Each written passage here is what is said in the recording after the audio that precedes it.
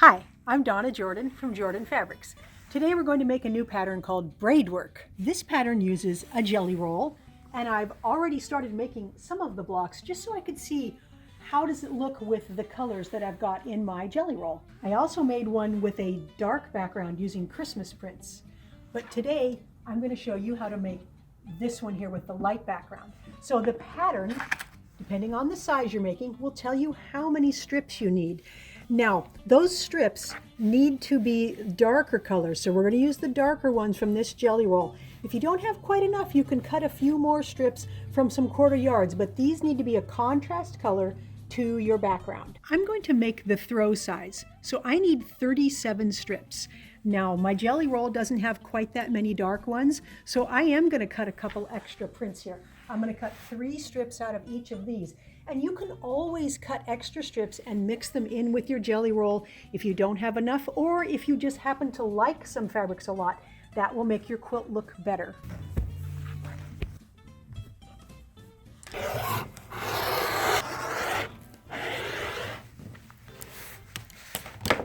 Now with these extra ones here, we've got all the strips we need, all the dark strips. And we are going to put these light ones that we aren't using in the patchwork, we're going to put those aside and they won't go to waste because we're going to use these ones here for the binding. So that'll be a good use of those guys. And then we're going to do some subcuts out of all of these strips that we are going to use. And the pattern will tell you exactly what sizes you need. Now, it's not my pattern, so I can't give you those sizes, but they're very, very clearly written out in there. Now, when you're making your subcuts, be sure you start at the selvage edge here because we're going to cut a couple of pieces and then we are actually going to use these pieces that are left over. We're going to open them up, iron them, and then subcut those also. So you don't want to start cutting from the folded edge because then you'll have 2 little scraps instead of 1 big one. I've got my subcuts done on the colorful strips there, and I went ahead and cut some background pieces. There's some various shapes and sizes here. So let's go ahead and pull off the pieces we need for 1 block. Now for this quilt, this is the 1 block that we're going to repeat over and over. It's kind of strange looking, but that will make up the whole quilt. These are the pieces for the first block. So the first thing we're going to do is get this square, and these 4 pieces, which are all the same print, are going to go all the way around the center. Let's start here. Now, when you have some pieces that are pinked and some that are straight, you have to adjust a little bit. So this is measured from the inside part of those jaggy edges. So I'm going to put the inside part right on the cut edge of this background. And then I'm going to sew a 1/4 inch in from the innermost part of those pinked edges. We're going to press the seam allowance away from the center. And we're going to do that all the way around. So just add all 4 pieces.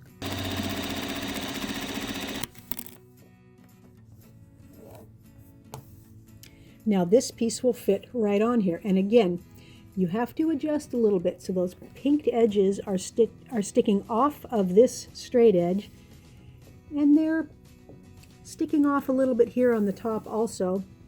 1/4 inch from the narrowest part of the pinked edge, and everything fits really well. It's pretty easy sewing.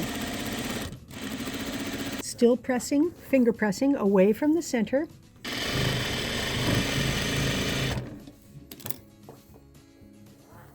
So that is the middle part of the block. So here's the block. We've got this part.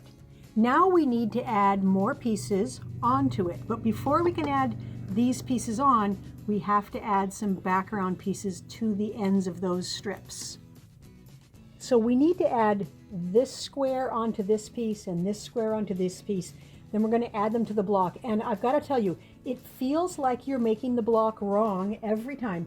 I've made a number of these blocks. I just keep checking the pattern. So have faith. The pattern is going to tell you the correct way to do this. But keep checking and make sure you're doing what the pattern shows you. So these seam allowances are going to go towards the dark color. And this is going to fit right on here. So let's just go ahead and stitch that on. Now this strip is, This strip is the exact same length as the block. So that one's going to fit on there just perfectly. And then this one, we'll sew this little piece on and it will fit on there perfectly.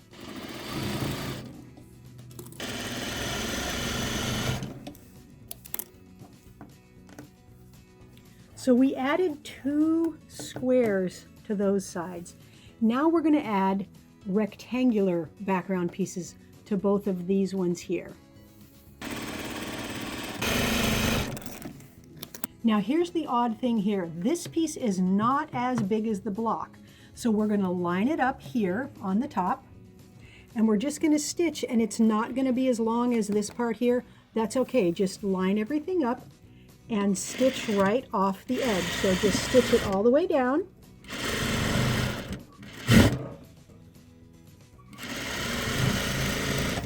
And it just feels really funny to have that not as long as that, but we aren't going to need all of that because we're going to be trimming this later. Now this one, again, line it up on this corner and stitch down this edge. Now it's going to be a lot easier if you flip this whole thing over and start here with everything lined up and then just stitch off all the way down.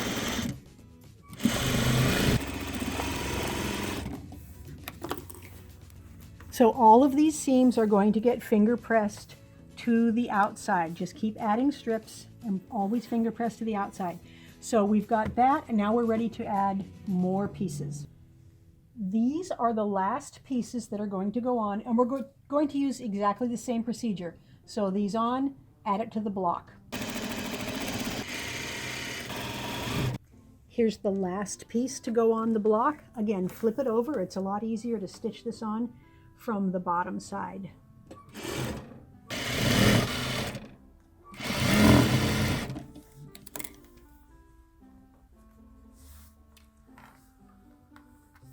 Now we're ready to add these 4 pieces. So these are going to go onto each one of these sides. And they're going to be centered on the sides. So the easiest way to do that is to fold this in half and just make a little finger fold there. Just press it with your fingernail so that you can see a little line there. And then you can also fold this in half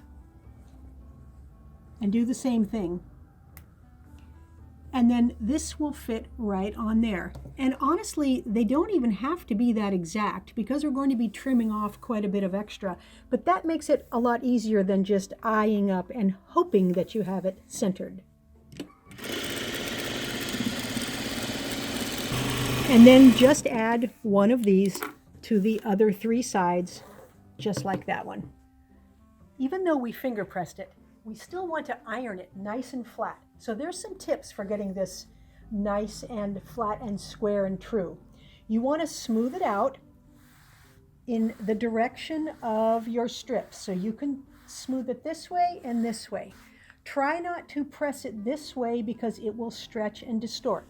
Same thing when you iron. Start with a dry iron and go in the same direction that your strips are. So again, we can go this way and we can go this way, but try not to stretch it sideways. So I'm just going to kind of pat it in place with the dry iron and watch and see if it looks square and true, because you can tell as you look if something is looking wavery. You can fix it with your iron.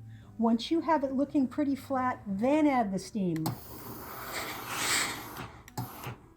Now we're ready to trim this down to size. So the easiest way to do that is find a nice line on your cutting board. And I've got this darker line here. And I'm going to put the tip on that line and then the far tip down here on the same line. And I'm going to take the measurement that the pattern tells me, and I'm going to take half of that and measure over from that center line. That way the pattern will be perfectly centered. The middle of this will be right in the middle of our block. Now I'm going to measure from the center again and do half of the total width and cut along this side. Now we'll use the same procedure to cut our block this way. So I'm going to put it lined up on the lines and with the points on this big line, and again measure half of the total measurement we need over from the center. So that is our block that we're making the quilt with. Now we can start laying out the quilt. So the first row is going to get 4 of these blocks, all in a long row. Now there's going to be a sashing row here, which is just more of the background. Then the next patchwork row is going to be lined up with the middle of this where these 2 blocks come together. So there will only be 3 big blocks in this row. Then there's going to be another sashing, and then the third row starts down here again. So each row is offset a little bit. All of the blocks are laid out, and I've got the sashing set down there, and you can see there's a couple of spots that are missing something. So what we're going to put in those spots is this block here, which is basically half of one of these big blocks. For the half block, we're going to start with a triangle, and we're going to add pieces on just the same way we did with the whole blocks. We're going to put these backgrounds onto the strips, add that on, add that one on, and just keep adding. We're going to use exactly the same method. Put these last pieces on here, trim it down, and then it's going to look just like that. I've got the whole top done. The borders are on and it's loaded up on the quilting machine. Next step is to pick a color of thread. So lots of thread colors would look good on here. I kind of have to decide if I want the thread showing in the background. The really light pink probably wouldn't show much in the background, just a little bit. That would work great. I think this kind of oatmeal colored one, let's see if we can get some off by itself. This one won't show up in the prints and it won't show up in the background. It'll show up a little on the border. That's what I'm going to go with.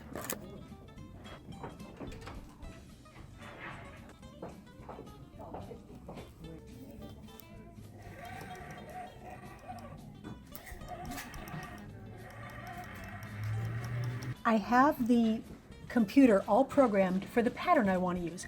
I'm going to use one called Wild Roses. I like it because it's fairly dense, it's abstract, but it's a little flowery, and I think flowers will look good on this quilt because it's mainly roses and pinks.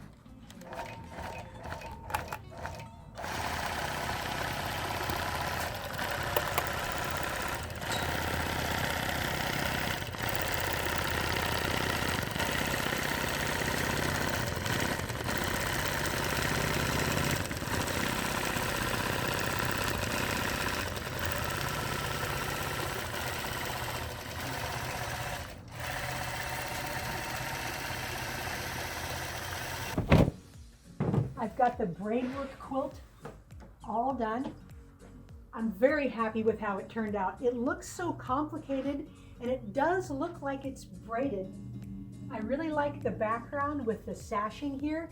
Now you do want to be careful. You want to measure your sashing and make sure it's the same length as your row because this is all bias along here and it could stretch. Mine came out perfectly flat. It really wasn't that difficult, but I measured everything and cut it exactly to length. So this is, they call this the throw size. It's 68 by 82 inches. It's a pretty big throw. Now on the back side, I used one of the prints from the Braveheart collection, which is the same as the Jelly Roll, but it's all light. And the binding here, those are those extra light strips that we didn't use from the Jelly Roll. And they made just a perfect binding, just a nice little quilt. Thanks for watching our tutorial today on how to make the braidwork quilt. We hope you enjoyed it.